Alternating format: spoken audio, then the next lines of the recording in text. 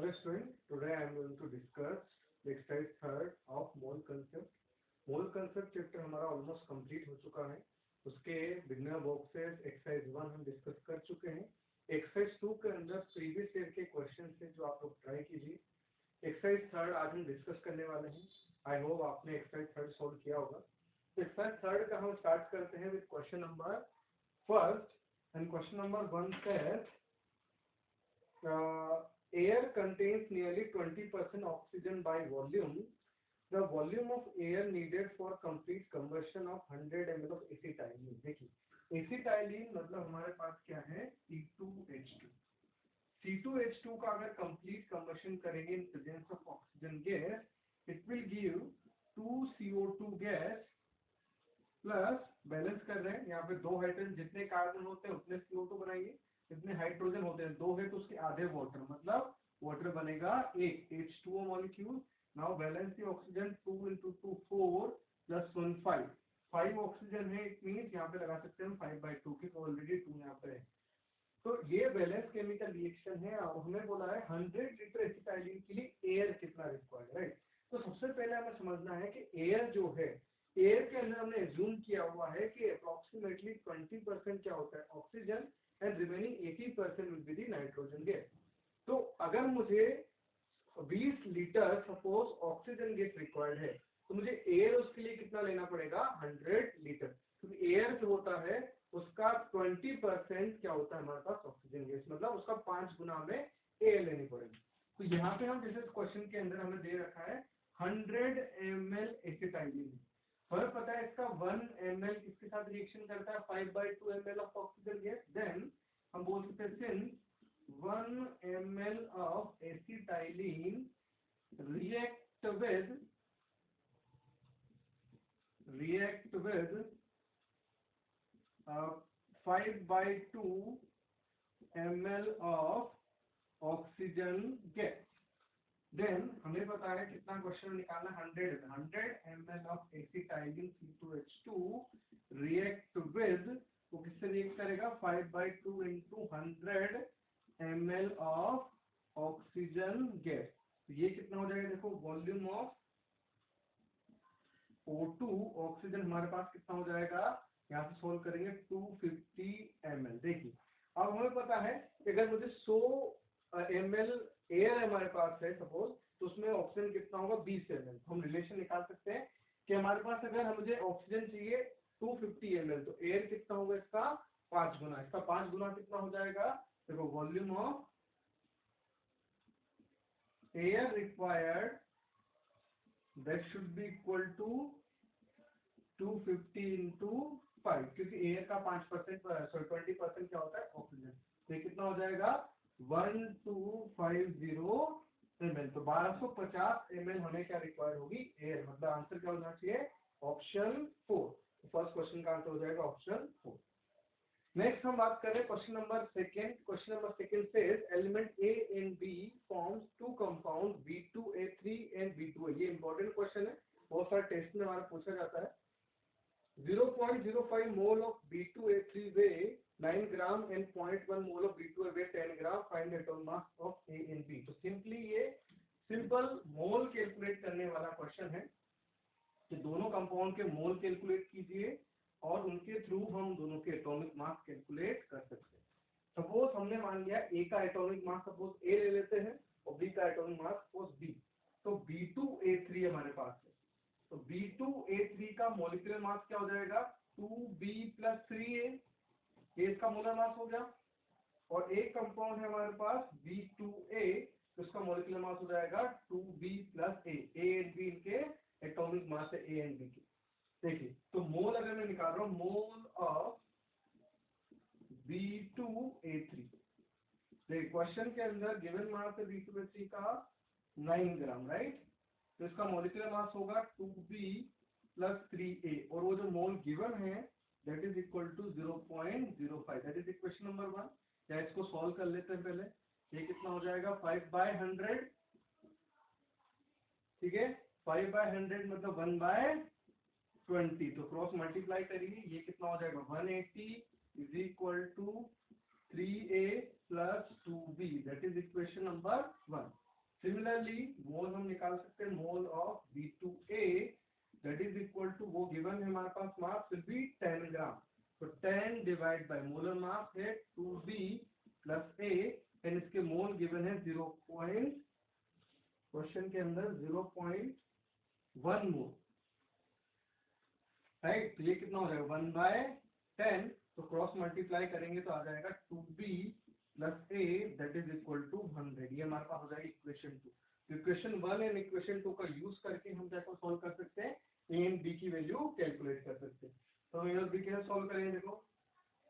तो equation 1 minus equation 2 कर दीजिए आप.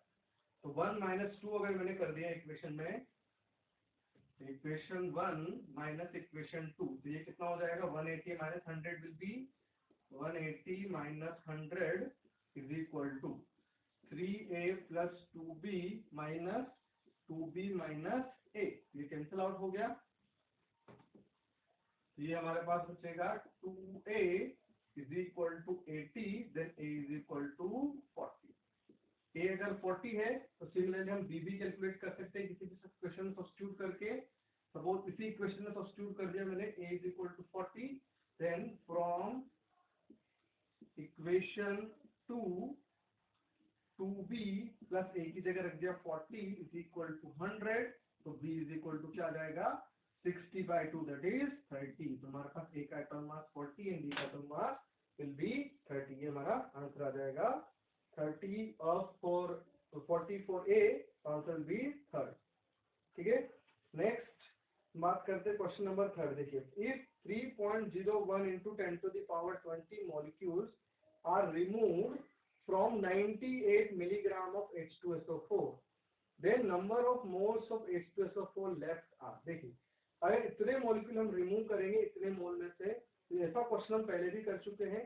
इनिशियली कितने मोल है वो कैलकुलेट करो, कितने रिमूव कर रहे हैं वो मोल कैलकुलेट करिए, और दोनों का हम डिफरेंस ले सकते हैं. तो हमारे पास आ जाएगा number of moles of H2SO4 left will be. जैसे कि क्वेश्चन नंबर 3rd, देखो, initial mole of H2SO4 that will B, हमें 98 मिलीग्राम दिया है. मिली मतलब 10 to the power -3 gram upon 98 इसका एटॉमिक मास होता है, तो mole will be 10 to the power -3. Mole remove, जितने मोल हमने इसमें से रिमूव किए वो आपको नंबर ऑफ मॉलिक्यूल की फॉर्म में दिए हैं. Number of molecule divide by Na कर देंगे, that will be the mole. तो नंबर ऑफ मॉलिक्यूल हमारे पास है 3.01 into 10 to the power 20 number of molecule upon Na, that is 6.02 into 10 to the power 23. तो ये कैंसिल आउट हुआ 1/2, तो रहेगा 10 to the power -3, मतलब 0.5 into 10 to the power -3 से रिमूव किए हैं. तो mole of H2SO4 left will be initial minus remove. कितना हो जाएगा 10 to the power -3 minus 0.5 into 10 to the power -3, तो आ जाएंगे 0.5 into 10 to the power -3. ये हमारे पास इतने मोल जो है H2SO4 के बचने वाले हैं. तो answer will be option second.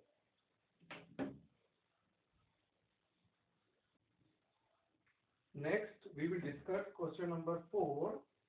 And question number 4 says, which of the following has the highest mass? देखो, सबसे ज्यादा मास किसका होने वाला है, तो हम सॉल्व कर सकते हैं विद ऑप्शन 1. देखिए, 1 ग्राम एटम, मैंने आपको पहले बताया है number of gram atom, gram atom, gram molecule, gram ion, इन सब का मतलब मोल ही होता है.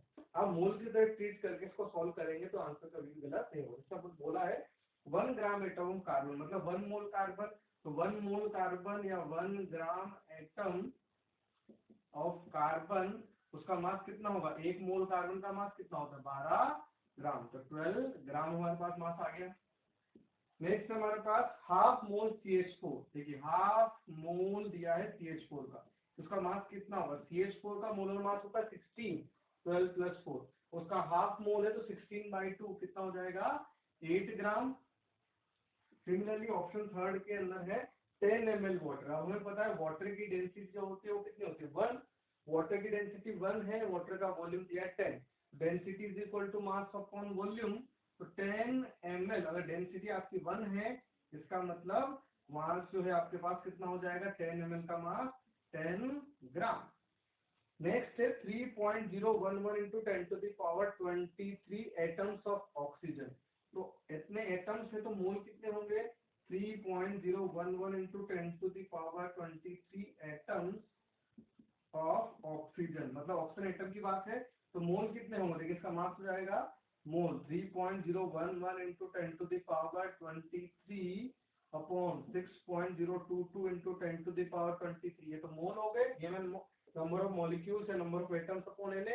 और ऑक्सीजन का मोल इंटू मोलर मास कर देंगे तो ऑक्सीजन का मास होगा, ऑक्सीजन का जो मास होता है वो कितना होता है 16। तो देखो ये कैंसिल आउट हो गया 2 टाइम्स, 2 से डिवाइड किया तो ये कितना आ रहा है 8 ग्राम। तो देखिए इसमें सबसे हाईएस्ट मास जो आने वाला है वो किसका है, ऑप्शन नंबर 1 12 ग्राम। तो आंसर क्या हो जाएगा, ऑप्शन नंबर 4 का answer will be option number 1। Next हम बात कर रहे हैं question number 5, this says an oxide of metal has 40% by mass of oxygen. Metal M का एटॉमिक मास 24 है, तो एम्पिरिकल फॉर्मूला बताना है आपको। तो सिंपल सा सवाल है कि आपको दे दिया है कि दोनों के परसेंटेज कैसे, ऑक्सीजन का अगर 40% है तो मेटल का कितना हो जाएगा, रिमेनिंग 60%, और दोनों को एटॉमिक मास से डिवाइड करके वी कैन कैलकुलेट दी मोल। और जब मोल आ जाएंगे तो उनका सिंपल रेशियो लेंगे तो हमारे पास क्या जाएंगे, हमारे पास जो सिंपल रेशियो से जो फॉर्मूला बनेगा that will be the empirical formula. देखिए क्वेश्चन नंबर 5 के अंदर मेटल M है और एक और चीज है ऑक्सीजन। अब ऑक्सीजन का परसेंटेज दे रखा, देखिए मास परसेंटेज जो दिया है दैट इज 40%, तो रिमेनिंग ऑक्सीजन का मेटल का कितना होगा 60%। अब आपके पास देखिए मोल अगर मुझे निकालना है, मोल परसेंट अगर निकालना है तो mass divide by molar mass, percent इसलिए यूज कर रहे हैं क्योंकि आउट ऑफ 100 दिया हुआ है। तो मोल क्या होगा 60, इसका m का एटॉमिक मास दिया है क्वेश्चन में 24, तो मोल हो जाएगा बेटा 60 अपॉन 24। तो देखिए कितना होगा 60 अपॉन 24, 6 से डिवाइड करेंगे 10/4, ठीक है 10/4, और 10/4 कितना होता है 2.5, इसके मोल आ गए। नेक्स्ट ऑक्सीजन के मोल क्या होंगे 40 बाय ऑक्सीजन का एटॉमिक मास 16, इसको 4 से डिवाइड करिए, ये भी क्या हो जाएगा 10/4, ठीक है 10/4, 10/4 अगेन दैट इज 2.5। तो अगर मैं इनका सिंपल रेशियो लूं तो क्या जाएगा 1:1, देन ऑक्साइड शुड बी क्या होना चाहिए, empirical formula MO, right, MO इसका एम्पिरिकल फॉर्मूला हो जाएगा। तो इसका आंसर क्या हो जाएगा option number 3। Next we will discuss question number 6, this says a compound contain carbon hydrogen nitrogen का परसेंटेज दिया, एम्पिरिकल फॉर्मूला। ये सिंपल सा क्वेश्चन है, सभी का मास एटॉमिक एलिमेंट लिखिए, मास परसेंट लिखिए, उनको उनके एटॉमिक मास से डिवाइड करिए, उनके मोल आ जाएंगे, फिर जो सबसे बड़ी वैल्यू होने वाली है, तो जो सबसे छोटी वैल्यू होने वाली है उससे सभी को डिवाइड कर दीजिए, आपके पास फिर एटम का रेशियो या सॉरी मोल का रेशियो आ जाएगा, फिर हम उनका सिंपल रेशियो ले सकते हैं, ठीक है। अगर मान लो यहाँ फ्रैक्शन बनता है तो हम उसको किसी भी नंबर से मल्टीप्लाई करके सिंपल ले आ सकते हैं। जैसे मान लो यहाँ पे 1 होता और ये 1.5, तो इसको 2 से मल्टीप्लाई कर देते तो ये दोनों होल नंबर बन जाए। चलिए नेक्स्ट आप बात करेंगे क्वेश्चन नंबर 7। ये क्वेश्चन नंबर 7 जो है ये गैस ईडियोमेट्री पे बेस्ड क्वेश्चन है। 10 ml of gaseous hydrocarbon on combustion gives 40 ml CO2 and 50 ml H2O, the hydrocarbon is। एक तरीका तो क्या है, हम इसको XY मान के सॉल्व कर सकते हैं।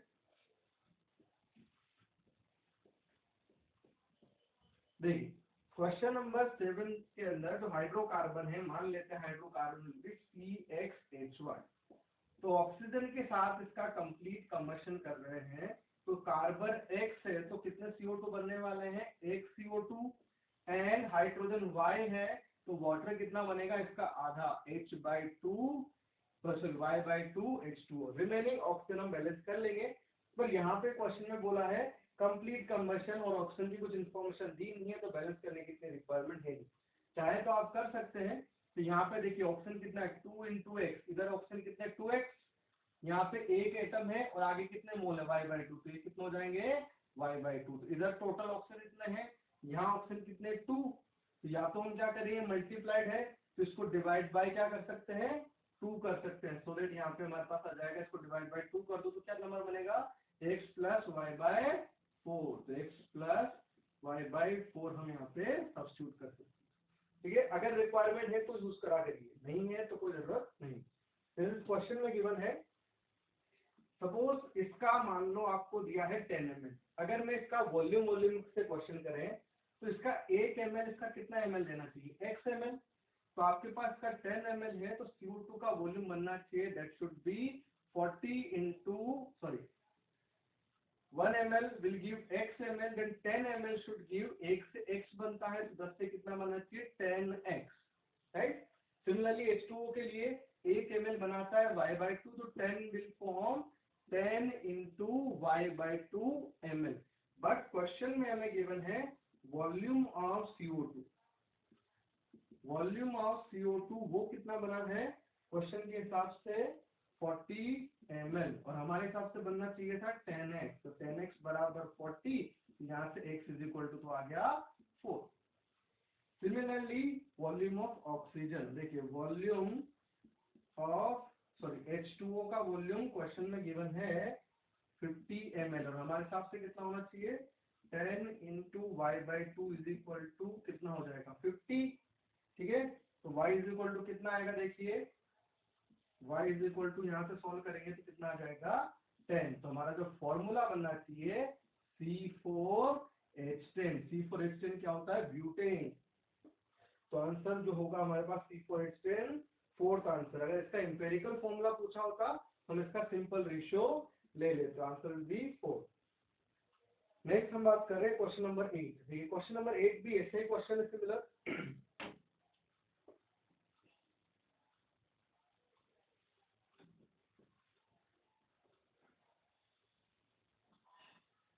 देखिए क्वेश्चन नंबर 8 के अंदर है 500 ml वही गैसियस हाइड्रोकार्बन है, when burned in excess of O2 give 2.5 litre CO2 3 litre water, molecular formula बनाना। बिल्कुल सेम रिलेटेड क्वेश्चन है, उसके लिए सिर्फ और सिर्फ इनिशियली 500 दिया है, बाद में 2.5 लीटर दिया है, तो इसको भी हम वही सॉल्व कर सकते हैं। x y plus O2, option की इंफॉर्मेशन नहीं है तो हम बैलेंस नहीं कर रहे हैं, x CO2 plus y/2 H2O, इसका दे रखा है हमें 500 ml, तो इसका कितना बनेगा 500 into x, और ये बनना चाहिए 500 into y/2। बट CO2 का वॉल्यूम कितना दे रखा है, देखो क्वेश्चन में volume of CO2 that is equal to 500x, और वो गिवन है हमें 2.5 लीटर, मतलब ml के अंदर, क्योंकि ये ml में दिया हुआ है, तो कितना हो जाएगा 2500, मतलब x इज इक्वल टू 5 हो गया। सिमिलरली वॉल्यूम ऑफ H2O की हम बात करें तो H2O का वॉल्यूम हमारे पास कितना आ जाएगा, यहाँ से देखो 500 y/2 मतलब 250 y is equal to 3 litre, मतलब 3000 ml, तो y is equal to 3000 upon 250 कितना हो जाएगा, ये 112 हो जाएगा। ठीक है, तो ये क्या बन जाएगा कंपाउंड हमारे पास C5H12।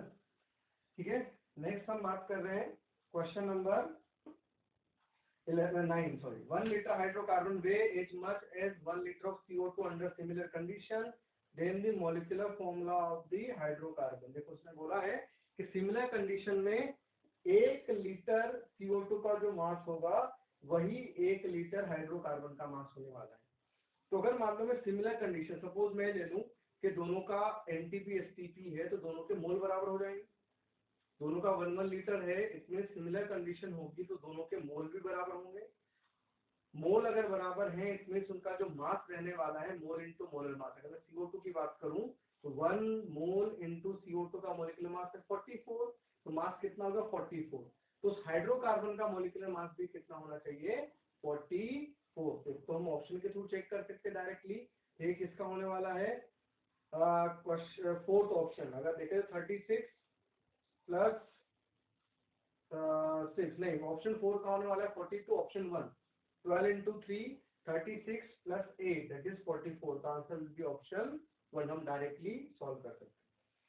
नेक्स्ट बात करें क्वेश्चन नंबर 10 के 0.01 mole of iodoform react with Ag to produce gas whose volume at NTP is, कोई जो गैस बन रही है उसका वॉल्यूम कितना होने वाला है, मतलब हमें NTP पे फॉर्मूला पता है कि 1 मोल का जो वॉल्यूम होता है दैट विल बी 22.4 लीटर।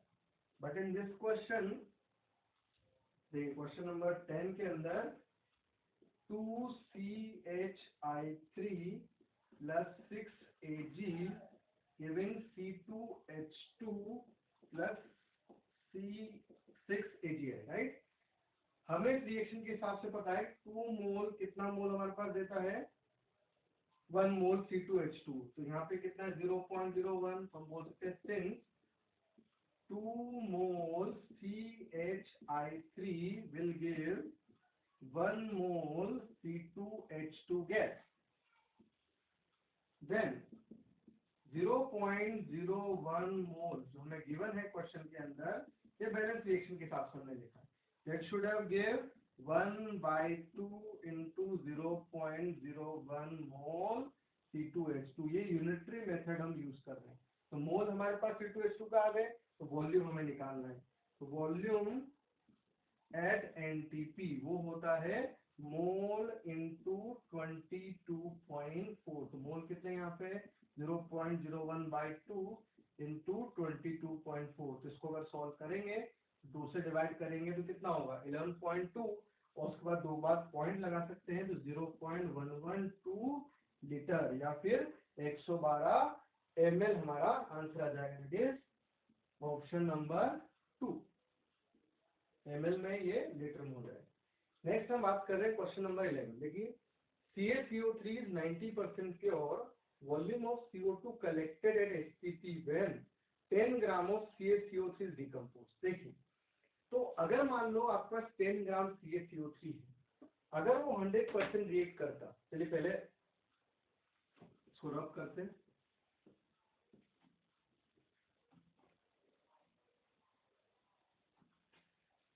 देखिए क्वेश्चन नंबर 11 जो है उसके अंदर दिया है CaCO3 सॉलिड, उसको हीट करेंगे तो CaO solid plus CO2 gas will be produced, right. अब मुझे पता अगर ये रिएक्शन अगर 100% होती, मतलब अगर ये रिएक्टेड 100% अगर कंप्लीट होता, ये कंपाउंड 100% प्योर होता, तो 1 मोल इसका कितना मोल देने वाला है CO2 का 1 मोल। मतलब जितना CaCO3 प्योर होगा सिर्फ वही रिएक्ट करने वाला है, जो इम्प्योरिटी होने वाली है उसके अंदर वो रिएक्ट नहीं करेगी। जैसे क्वेश्चन के अंदर हमें दे रखा है 10 ग्राम CaCO3 सैंपल, लेकिन वो 100% प्योर नहीं है। कितना परसेंट प्योर है 90%। इट मींस उसका 90% ही रिएक्ट करने वाला है। तो एक्चुअल मास अगर मैं देखूं रिएक्ट करने वाला, एक्चुअल मास ऑफ CaCO3 जो रिएक्ट करेगा क्वेश्चन में, that will B 90% of total mass. वो कितना है 10 ग्राम, दैट इज इक्वल टू 9। मतलब इसका जो मास रिएक्ट करने वाला है वो बस 9 ग्राम ही है, बाकी 1 ग्राम क्या होगी इसके अंदर इम्प्योरिटी, वो रिएक्ट नहीं करेगी। इट मींस वो CO2 फॉर्मेशन में पार्टिसिपेट नहीं करेगी। तो जैसे 9 ग्राम हमारे पास है, तो या तो हम क्या कर सकते हैं, जैसे आपने पढ़ा है मास मास एनालिसिस भी कर सकते हैं, मोल मोल कर सकते हैं। जैसे इस क्वेश्चन में सपोज मैं मास मास के थ्रू करके बताता हूँ आपको कि ये बैलेंस रिएक्शन है। तो CaCO3 का मोलिकुलर मास कितना है 100 ग्राम, CO2 का मोलिकुलर मास कितना है 44। तो हम बोल सकते हैं सिंस 100 ग्राम इस बैलेंस रिएक्शन के हिसाब से CaCO3 will give 44 gram CO2। बेटा यहाँ पे अगर मैं मोल मोल के थ्रू करता तो क्या होता, 1 मोल CaCO3 will give 1 mole CO2। और देखिए 100 ग्राम मतलब 1 ही मोल होता है, 44 ग्राम मतलब भी 1 ही मोल होता है। Now 9 gram CaCO3 will give, तो ये हमारे पास सिमेट्री मेथड है, 9 gram will give 44/100 into 9 gram CO2। तो हमारे पास CO2 का मास आ जाएगा, it is 396 upon 100, that is 3.96 gram. ये हमारे पास आंसर आने वाला है 3.96 ग्राम। सॉरी, हमें तो क्वेश्चन में वॉल्यूम पूछा हुआ था, मास नहीं है, वॉल्यूम पूछा हुआ था, तो हमने मास कैलकुलेट कर दिया। हम वॉल्यूम भी कैलकुलेट कर सकते हैं। देखिए वॉल्यूम निकालना है तो एक तो तरीका है, ये जो हमारा आंसर आ गया है इतना CO2 बनेगा तो इसके मोल इंटू 22.4 कर दो, या हम डायरेक्टली भी सॉल्व कर सकते हैं।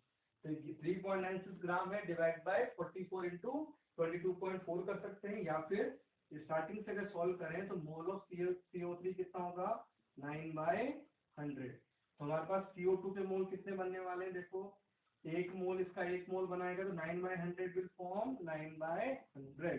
तो CO2 के मोल आ गए, तो वॉल्यूम कितना होगा एनटीपी पर, volume of CO2 is equal to mole into 22.4, मतलब 9/100 इंटू 22.4 कर देंगे तो भी डायरेक्ट आंसर आ जाएगा। दैट विल बी कितना होगा ये 6 3 18 पर 220, दैट इज 201.6 बाय 100, मतलब यह आ जाएगा 2.016 लीटर, मतलब ये ऑप्शन नंबर 1 इसका आंसर होना चाहिए, क्वेश्चन नंबर 11।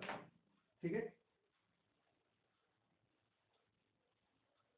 चलिए नेक्स्ट हम स्टार्ट करते हैं क्वेश्चन नंबर 12। क्वेश्चन नंबर 12 से how many mole of magnesium phosphate, how many mole of magnesium phosphate will contain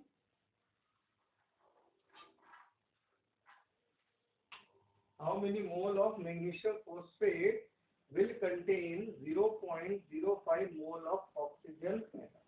देखिए हम इस क्वेश्चन के अंदर, क्वेश्चन में दिया है कि मैग्नीशियम फॉस्फेट का जो फॉर्मूला है, मैग्नीशियम फॉस्फेट के अंदर एक मॉलिक्यूल की अगर हम बात करें तो इसके एक मॉलिक्यूल के अंदर 4 into 2 8 ऑक्सीजन एटम्स, राइट। तो एक तो सिंपल सा तरीका है इस क्वेश्चन को सॉल्व करने के लिए कि magnesium phosphate Mg3PO4 whole twice, तो अगर मैं बोलूं एक मोल अगर मैं लेने वाला हूं 1 मोल मैग्नीशियम फॉस्फेट,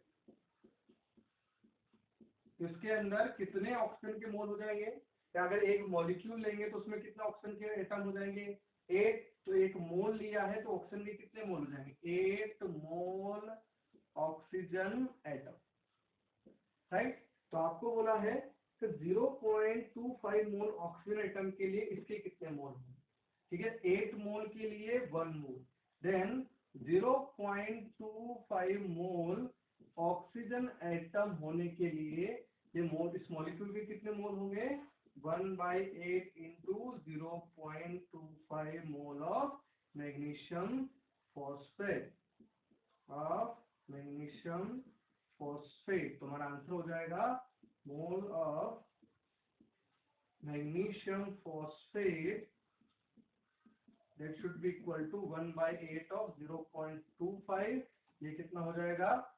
0.03125 आई थिंक, तो 0.01325, ठीक है, इतने हमारे पास मोल्स होने वाले हैं, या फिर लिख सकते हैं इसको 3.125 into 10 to the power -2 is represented in option number 3rd of question number 12, yes the answer।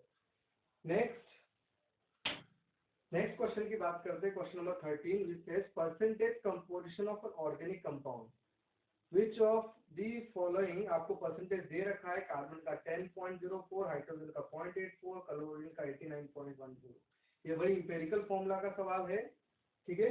Simply इनके एटॉमिक मास से डिवाइड करेंगे तो मोल आ जाएंगे, फिर उनका सिंपल रेशियो लेंगे तो क्या आ जाएगा हमारे पास एम्पेरिकल फॉर्मूला, और फिर एम्पेरिकल फॉर्मूला के बाद हम क्या निकाल सकते हैं मॉलिक्यूलर फॉर्मूला। चलिए नेक्स्ट बात कर रहे हैं question number 14, the ratio of masses of oxygen and nitrogen, ratio of masses of oxygen and nitrogen in a particular gaseous mixture is 1:4, the ratio of their molecules, देखिए number of molecule का अगर ratio हमें यहाँ पे calculate करना है तो molecule का रेशियो हमारे पास क्या हो जाएगा मोल इनटू है नहीं, तो वो हमारे पास रेशियो ऑफ मॉलिक्यूल हो जाएगा। देखिए ऑक्सीजन एंड नाइट्रोजन, तो number of molecule of O2 upon number of molecule of N2, ये हमें चाहिए। तो क्या होना चाहिए, मोल इंटू Na। तो ऑक्सीजन का जो मास दिया है वो कितना है 1 ग्राम, तो 1/32 इंटू Na इसके मॉलिक्यूल हो जाएंगे। और नाइट्रोजन की क्या है 4/28 इसका मॉलिक्यूलर मास इंटू Na। तो रेशियो हमारे पास क्या हो जाएगा, देखिए सॉल्व करिए। 1/32 इंटू 4 इंटू 28, 4 से 7 टाइम कैंसिल आउट, तो 7/32 मतलब 7/32 will be the answer. Next हम बात कर रहे हैं question number 15। 23 gram sodium metal reacts with water. Calculate the volume of H2 liberated at NTP, moles of H2 and weight of H2 liberated.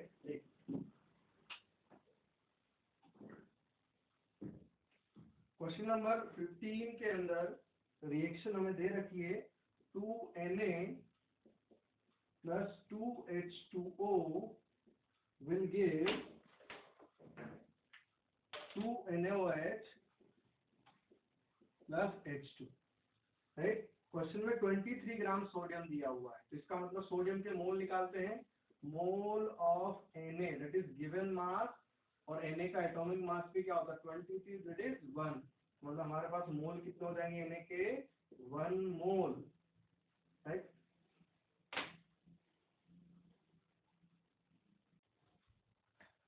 Sorry for disturbance.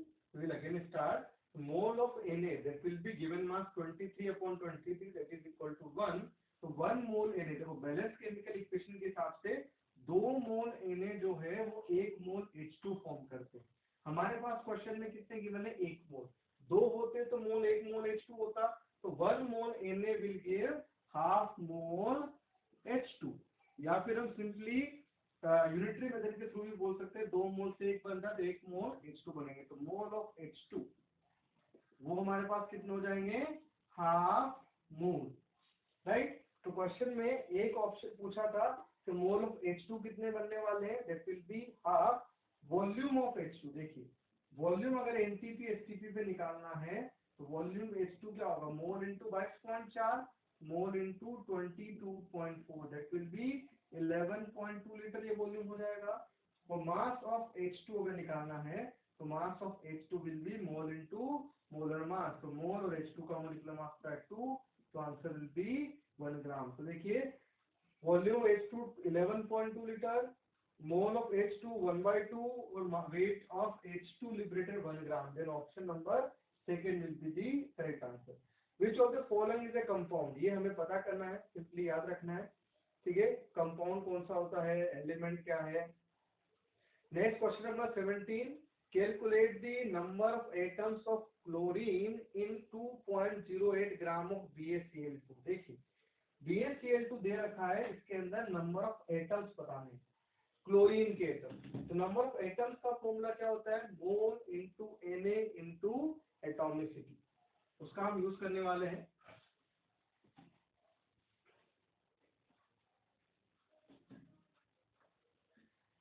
देखिए question number 17 में number of atoms या total number of atoms जो है वो हो जाएंगे mole into Na into atomicity.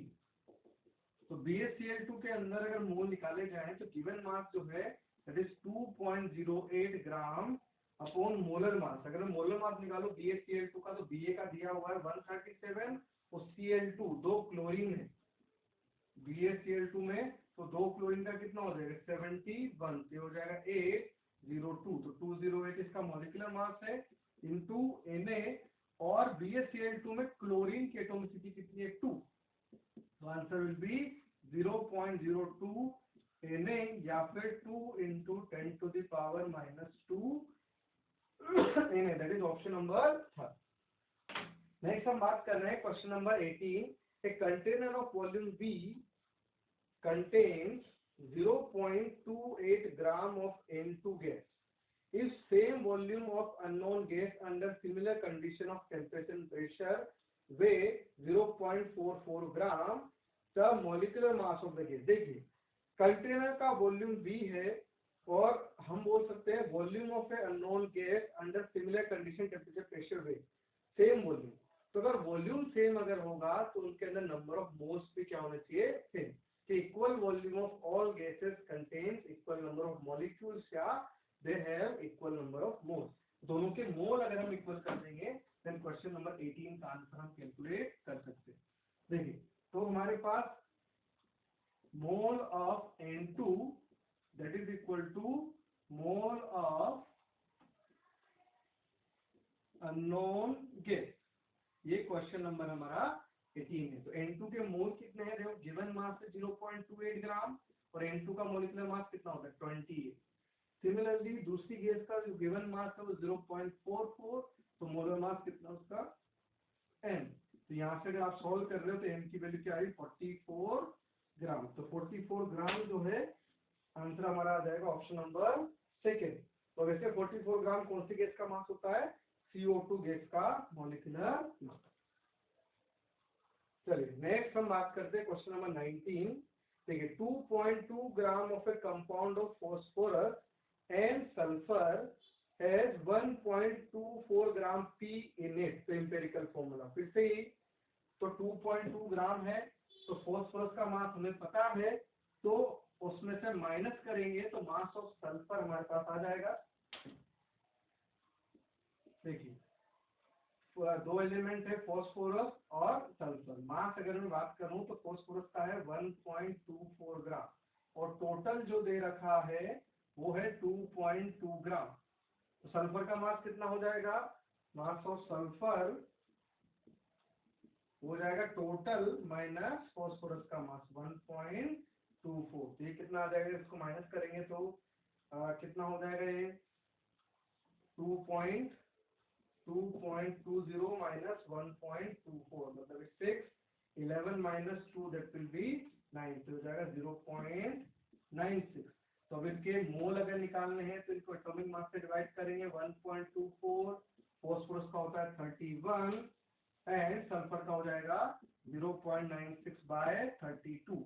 देखिए divide करेंगे इसको तो ये कितनी बार कैंसिल आउट हो जाएगा, 0.04 टाइम्स, राइट। ये कितना होगा 32 से 0.03 टाइम्स। तो इनका सिंपल रेशियो अगर हम लें तो क्या हो जाएगा, देखो 4:3। तो आंसर क्या हो जाएगा P4S3 will be the answer. Next question number 20 की अगर हम बात करें, on analysis a certain compound was found to contain iodine and oxygen in the ratio of 254:80। Formula of the compound, देखो दोनों के मास का रेशियो दिया है तो हम किसका रेशियो निकाल सकते हैं इस क्वेश्चन के अंदर भी, मोल का रेशियो।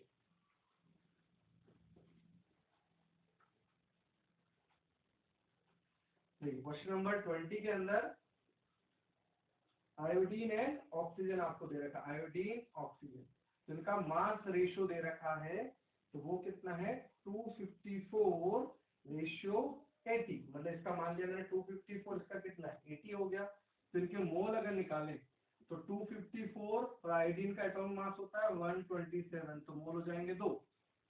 80 और ऑक्सीजन का कितना होता है 16, तो ये कितना हो जाएगा 5।